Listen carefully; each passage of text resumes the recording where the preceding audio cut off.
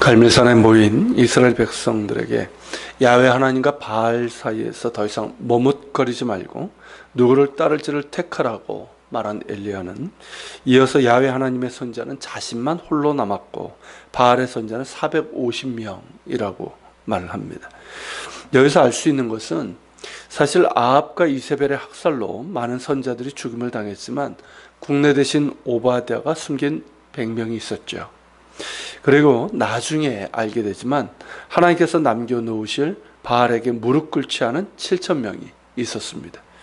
그러나 7,000명에 대해서는 엘리야는 알지 못했고 오바댜가 숨겨놓은 100명의 선지자들의 경우도 이렇게 직접 아합과 이세벨을 상대하는 엘리야의 입장에서는 어떻습니까?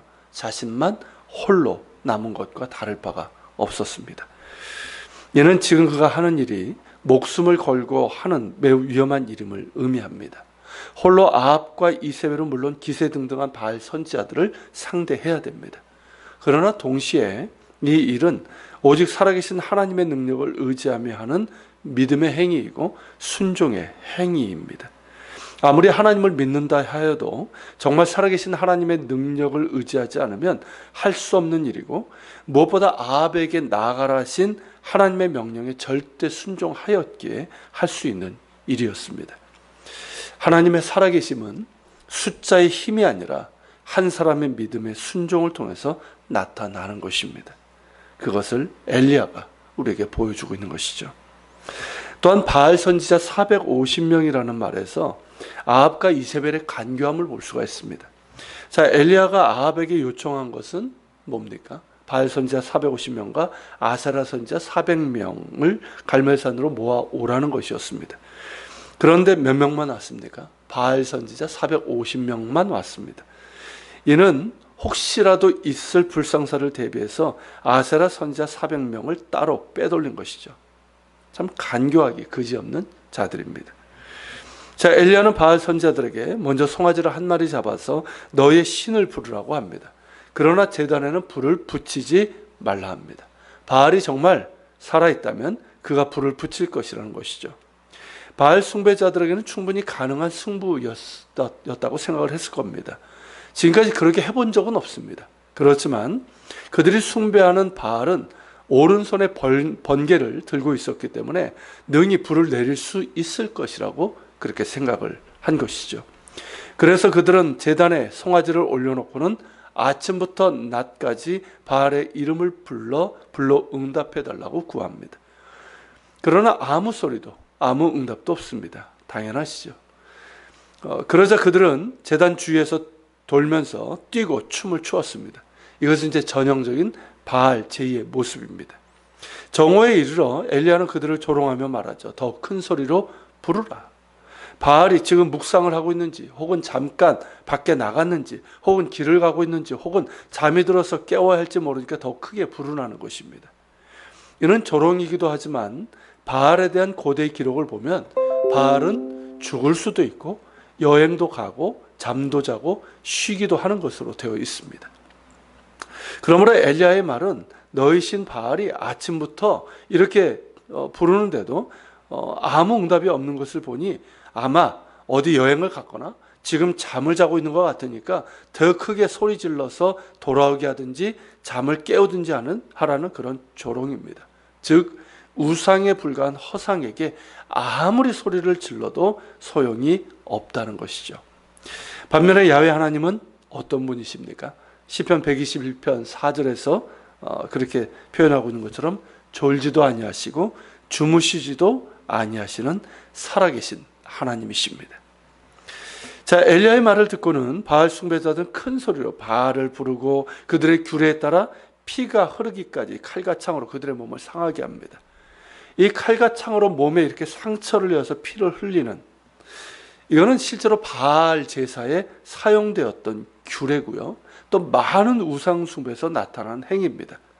그러나 살아계시고 인격적인 하나님께서는 절대 인신제이나 사람의 몸을 자해해서 드리는 제사를 명하지 않으십니다. 자, 바알 숭배자들이 모든 방법을 동원해서 미친 듯이 해봤지만 저녁 소제를 드릴 때가 이르렀음에도 불구하고 그러니까 하루 종일 그렇게 한 거죠. 그럼에도 불구하고 아무 소리도 없고 응답하는 자나 돌보는 자도 아무도 없었습니다. 당연한 것이죠. 자, 이제 엘리야의 순서가 되었습니다. 엘리야는 백성들에게 가까이 오게 합니다. 왜일까요? 중요한 것은 이 이적이 아니라 이 일을 통해서 백성들이 바알을 버리고 다시 하나님께로 돌아오게 하는 것이기 때문입니다. 그들을 가까이 오게 한 후에 먼저 무너진 야훼 하나님의 제단을 수축합니다. 이는 그곳에 하나님의 제단이 있었으나 바알 숭배가 만연하게 되면서 무너진 때 방치되어 있었거나 아니면 바알을 위한 제단이 아니라 하나님을 위한 제단을 새로이 수축하는 것임을 의미합니다. 둘 다 가능성이 있지만 그 상징적인 의미는 이스라엘 땅과 백성들의 마음 가운데 무너진 제단을 다시 쌓는 것입니다. 이적보다 더 중요한 것은 예배입니다. 지금 이스라엘 백성들에게 필요한 것은 하나님의 놀라운 능력이 아니라 어떤 이적을 보는 것이 아니라 그들 가운데 무너진 제단을 다시 쌓고 잃어버린 예배를 회복하는 것입니다. 제단이 무너지고 참된 예배가 사라진 그들의 땅과 그들의 마음 가운데 다시금 하나님을 위한 제단이 쌓아지고 영과 진리의 예배를 드리는 것, 이것이 이 사건을 통해서 하나님께서 그들에게 원하시는 것입니다. 이는 우리에게도 마찬가지죠. 어쩌면 우리 역시 어떤 이적을 원하는지 모르겠습니다. 내 삶 가운데 놀라운 이적과 축복이 임하기를 구하며 신앙생활을 하는지도 모르겠고 그저 하나님을 그런 분으로 제안하고 있는지도 모르겠습니다. 그러나 중요한 것은 예배입니다. 하나님께서 우리에게 참으로 원하시는 것은 예배입니다. 살아계시고 거룩하신 하나님을 진실된 마음으로 경외하고 그 마음과 뜻과 힘을 다해서 사랑하고자 하는 예배입니다. 그저 주의를 지키고 예배 자리에 있는 것을 의미하지 않습니다. 물론 그것이 중요하고 그것부터 시작해야 됩니다. 예배를 소중히 여기고 예배의 자리에 있어야 합니다. 그러나 거기에 만족하고 거기에서 머문다면 그것은 예배의 행위이고 종교적인 관습이 되고 맙니다. 그 예배 가운데 하나님을 향한 갈급함과 사랑이 있어야 합니다. 갈급함이 뭡니까, 여러분? 은혜에 대한 사모입니다. 은혜에 대한 사모함. 예수 그리스도의 십자가의 은혜로 우리가 하나님의 사랑을 알고 예배의 자리에 있습니다. 바울의 고백처럼 나의 나된 것은 오직 하나님의 은혜입니다. 은혜 아니면 설 수 없고 은혜 아니면 살아갈 수가 없습니다. 그 은혜에 대한 사모함이 예배의 자리에 있는가 하는 것입니다. 그 사모함이 없다면 예배는 뭐가 될까요? 하나의 종교적인 관습이 되고 맙니다. 은혜에 대한 사모함이 있어야 된다는 것이죠. 그리고 사랑입니다. 하나님께 대한 사랑이고 이웃에 대한 사랑입니다. 내 마음과 뜻과 힘을 다해서 하나님을 사랑하고 또한 이웃을 내 몸과 같이 사랑하는 이것이 우리의 신앙생활의 본질입니다. 그 사랑이 우리의 예배에서 확인되고 또 예배 후의 삶에서 실천되어야 하는 것이죠. 이것이 곧 하나님께서 우리에게 원하시는 예배입니다. 이러한 예배의 제단을 쌓아야 됩니다. 그것이 그러한 예배가 드려지고 삶 가운데 예배자의 제단이 쌓아질 때 하나님의 임재와 은혜와 복을 우리가 경험하게 될 것이고 우리에게 주시는 모든 은혜와 복이 의미가 있게 될 것입니다. 그러므로 우리에게도 하나님께서 동일하게 말씀하신다고 믿습니다. 무너진 제단을 다시 쌓으라. 만일 나의 예배와 신앙과 삶 가운데 무너져 있는 부분이 있다면 다시 쌓을 수 있기를 바랍니다. 하나님을 하나님으로 경외하고 내 마음을 다해서 사랑하며 그 말씀에 순종하며 살아가는 예배와 삶의 제단이 다시 수축되어야 합니다. 예배는 모든 것의 시작이고 중심이고 완성입니다. 같이 기도하겠습니다. 오늘 말씀을 기억하면서 기도합시다.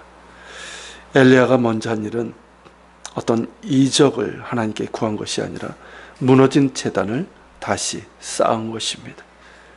하나님을 믿는다고 하는 그들 땅에 무너진 제단들, 또 그들의 마음 가운데 무너진 예배의 제단을 다시 쌓았습니다. 주님, 우리 역시 그러합니다. 우리가 어떤 면에서는 예배가 하나의 종교적인 관습이 되고 그 가운데 하나님의 은혜에 대한 사모함, 갈급함도 없고 또 하나님께 대한 사랑, 이웃에 대한 사랑을 잃어버린 채로 그렇게 하고 있는 것은 아닌가 돌아보게 됩니다. 만일 그런 모습이 있다면 오늘 이 말씀을 기억하며 무너진 제단을 다시 쌓게 하여 주옵소서. 하나님을 향한 온전한 예배와 또 순종의 삶을 통해서, 거룩의 삶을 통해서 이 무너진 제단들이 다시금 회복되게 하시고 그런 것에 하나님께서 주시는 모든 은혜와 복이 의미 있게 하여 주옵소서. 우리 기도하며 나아갑시다.